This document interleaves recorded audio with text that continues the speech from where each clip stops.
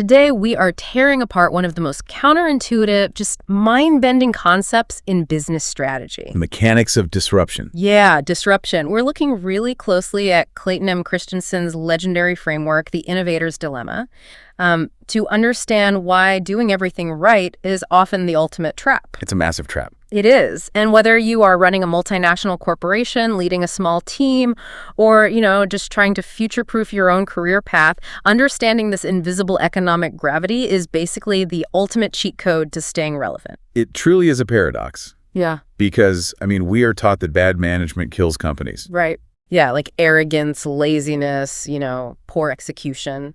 Exactly. But the chilling reality of disruption is that the companies that get wiped out are usually exceptionally well managed.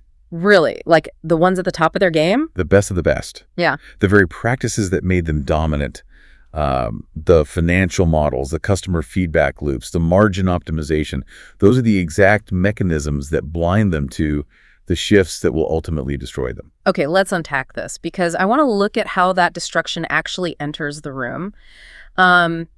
Because it's never the cinematic explosion we expect, is it? Not at all. No one bursts through the wall. All right. It doesn't arrive as this flawless, shiny technology that everyone instantly recognizes as the future. I think of it like a Trojan horse, but instead of hiding an army of soldiers, it's hiding a seemingly useless toy that the king just invites into the castle to laugh at. That is a perfect analogy because they literally invite it in.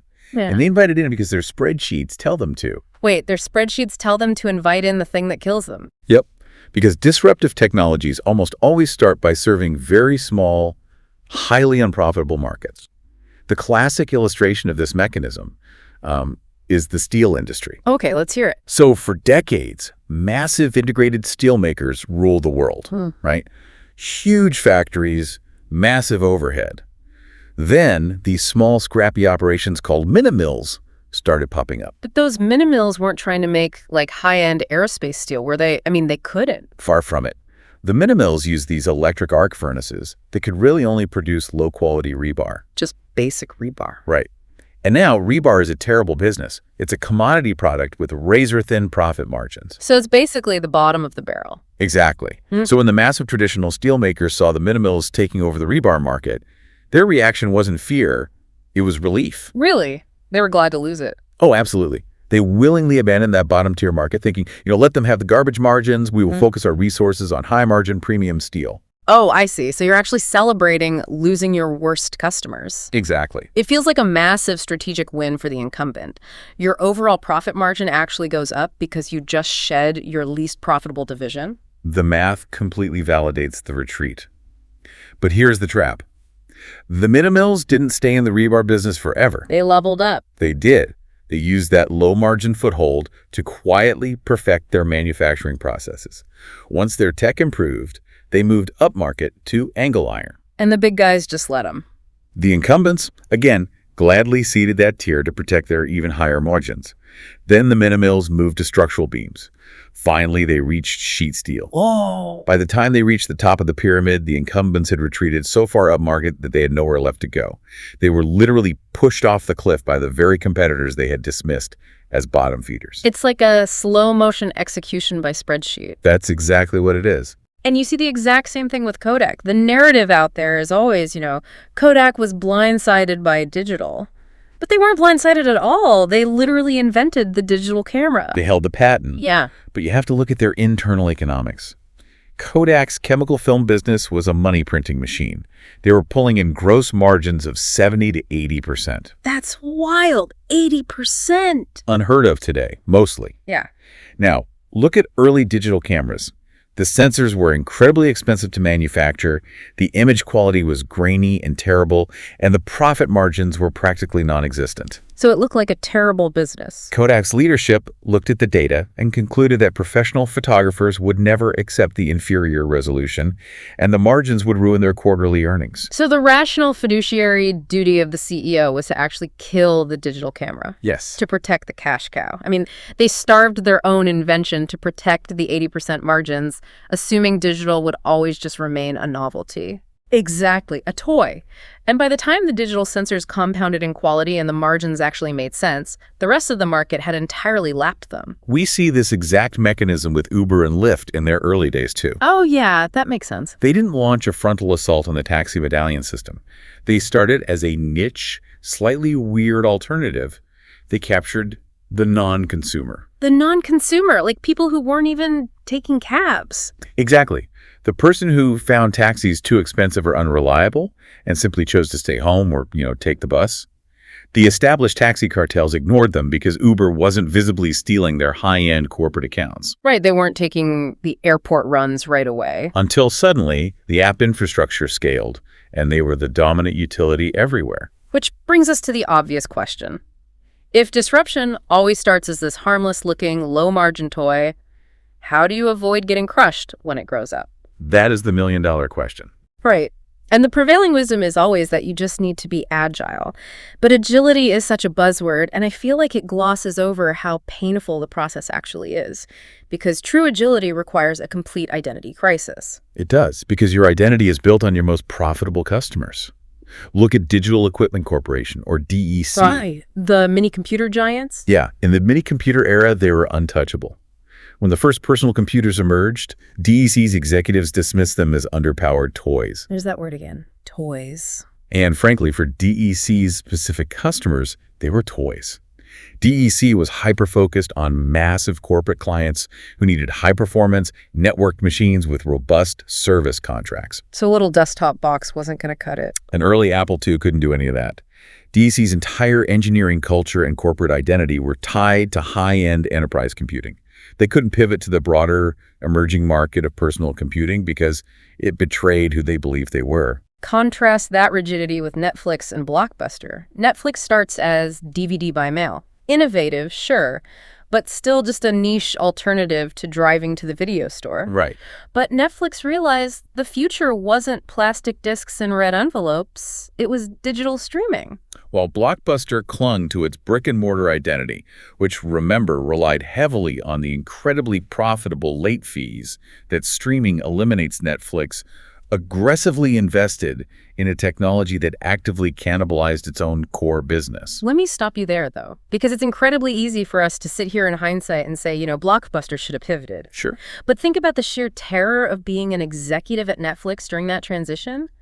Wall Street relentlessly punishes companies that dilute their margins. They absolutely do. So actively destroying your own current stream of income, your profitable DVD business, to bet on an unproven, low-margin streaming model, that goes against every instinct of self-preservation.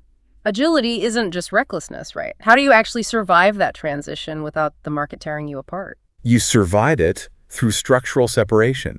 It's decentralized, intelligent pivoting. It's what we saw later with Amazon when they launched Amazon Web Services. Yes, yeah. AWS wasn't forced to integrate with the retail bookstore.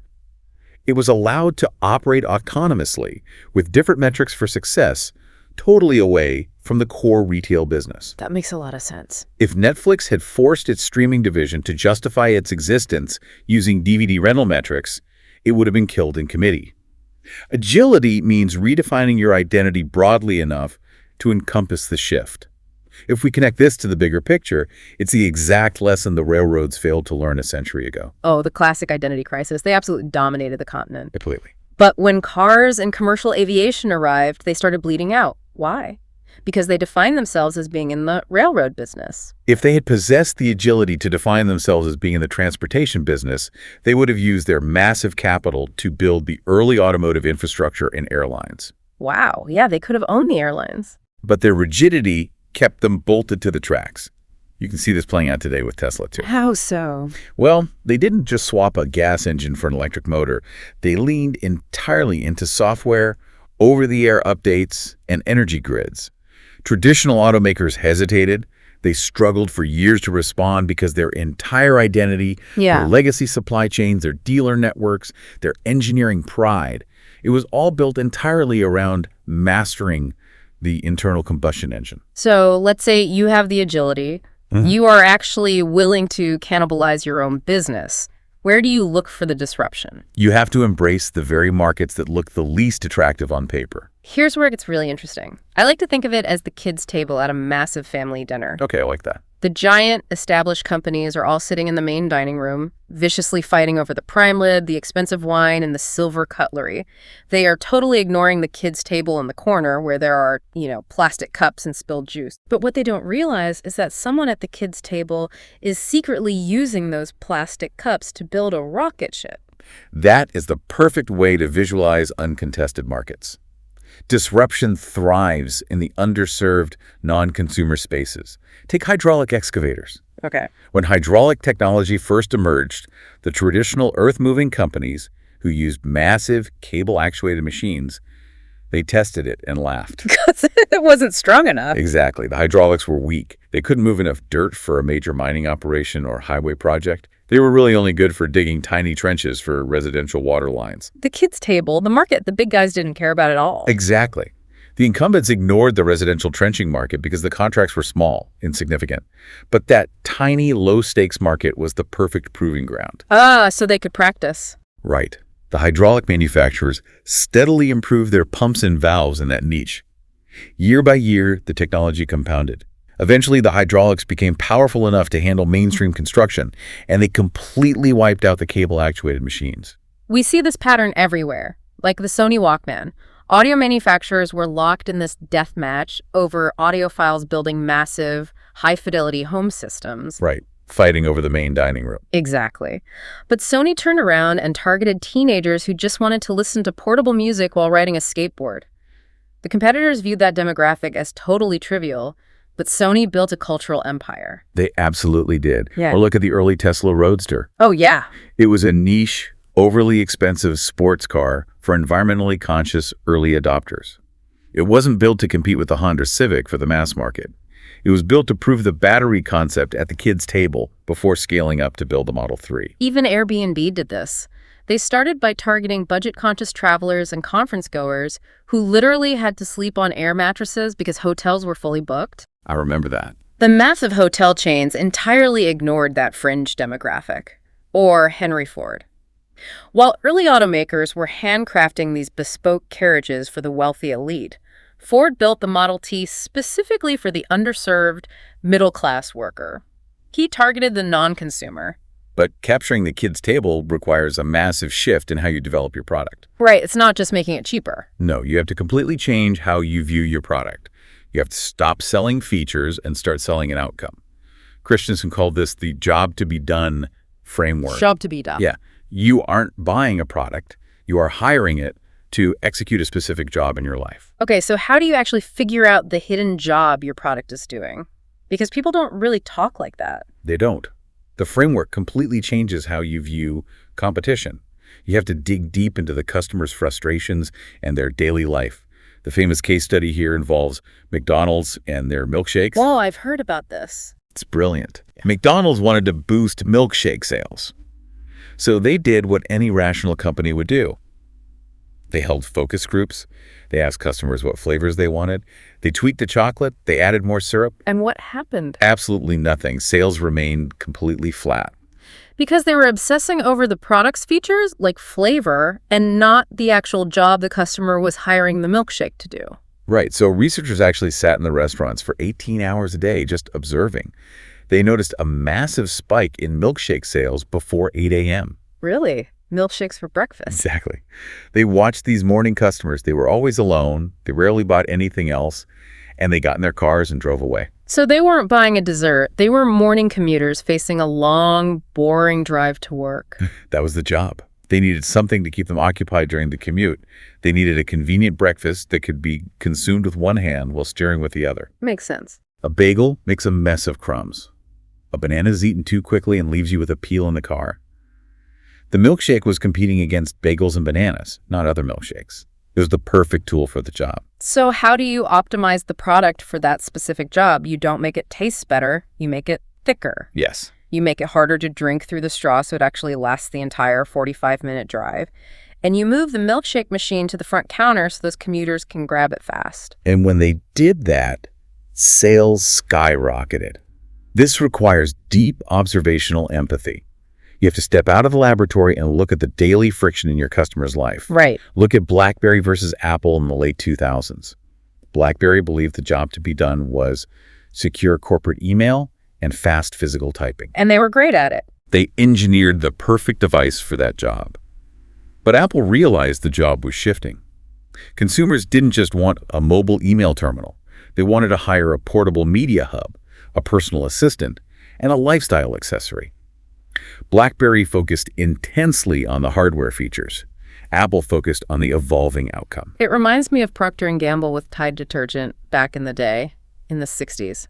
For years, detergent companies fought over the feature of cleaner clothes. Sure, that seems obvious. But P&G realized the actual emotional job customers were stressed about wasn't just dirt removal, it was make my whites brighter so I look like a good provider. It sounds like a subtle marketing shift, but it fundamentally changed their chemical engineering focus. But here is where we hit the most insidious part of the dilemma. Yeah. Let's say you do everything we just talked about. Okay. You spot the emerging trend at the kids' table. You correctly identify the job to be done. You still have an overwhelmingly high chance of failing. Wait, really? Why? Because the financial immune system of your own company will attack the new idea. Legally, sometimes they're required to kill it. The metrics trap. Yes, the rigid enforcement of return on investment and gross margin targets. Traditional metrics demand immediate, short-term justification. They prioritize short-term comfort. Over long-term survival. Exactly. Yeah. Look at the disk drive industry in the 1980s. The established companies made 8-inch drives for massive mainframe computers. The margins were fantastic. Very profitable. When 5.25-inch drives for early personal computers emerged, the incumbents evaluated them. But the 5.25-inch drives had lower capacity and terrible margins. So the math didn't work. If you were a VP pitching the smaller drive, your CFO would look at the spreadsheet and say, why would we pull engineers off our highly profitable 8-inch drives to build a cheaper product with worse margins? Yeah. The internal metrics literally vetoed the innovation, and those companies went bankrupt, losing everything. It's the spreadsheets that kill you. Sometimes the most vital investments have no measurable short-term ROI. Think about the Apollo program. Good example. Putting a human on the moon had zero immediate financial return. There was no quarterly profit margin on a moon rock. But that massive visionary investment catalyzed unquantifiable leaps in computing, material science, and global telecommunications. And for a cautionary tale on the other side, look at Xerox PRs. Oh, this one hurts. It does. Xerox built an incredible research facility filled with geniuses. They practically invented the modern era of computing. They developed the graphical user interface, the mouse, the Ethernet connection. And they gave it all away. Because Xerox leadership failed to commercialize almost any of it. Why? Because those inventions didn't fit the financial metrics of their core business, which was selling massive copiers and printer toner. If the new invention didn't drive toner sales, the metrics labeled it a failure. This raises an important question regarding how modern businesses can balance current profits with future survival. Okay, I have to push back here again. It is great to talk about NASA moonshots or Alphabet funding self-driving cars with Waymo, but we can't all be NASA or Google with billions to burn on moonshots. Very true. If I am the CEO of a normal mid-sized company and I set up a rogue skunkworks team to build the future, I'm using the profits from my core business to fund them. The people running my core business, the ones actually paying the bills, are going to resent the innovators. Oh, definitely. They're going to see them as a drain on resources. How does a normal company do this? How do you prevent internal civil war while trying to escape the metrics trap? It is an incredibly delicate balance, and it requires redefining success beyond immediate quarterly earnings. But practically, it requires physical and cultural separation. You have to sever the innovative team from the host organism. Like putting them in a different building? Literally, yes. Look at how IBM handled the personal computer. IBM was the ultimate mainframe company. Their culture was built on vertical integration. They built every microchip and wrote every line of code themselves. When they realized they needed to build a personal computer to fight off Apple, they knew their own internal bureaucracy would strangle the project. Because a PC was a low-margin toy compared to an IBM mainframe. Exactly. So IBM did something radical. They built a separate, autonomous division. They sent a small team to Boca Raton, Florida, 1,000 miles away from the corporate headquarters in New York. Out of sight, out of mind. Yes. They gave them total autonomy. And crucially, they allowed the team to break IBM's cardinal rule. They used off-the-shelf parts. They bought processors from Intel and an operating system from a tiny startup called Microsoft.